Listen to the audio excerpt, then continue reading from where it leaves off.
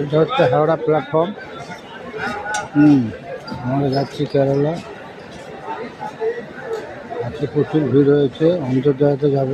আমার লাইফে কোনোদিন আমি অন্তর্জায়তে যাইনি, ঠিক আছে, আজকে যাচ্ছি ফার্স্ট। খুবই কষ্ট, দুঃখ ব্যাপার। অন্তর্জায়তে কোনোদিন আমি যাই, জানো তো, আজকে যাচ্ছি ফার্স্ট।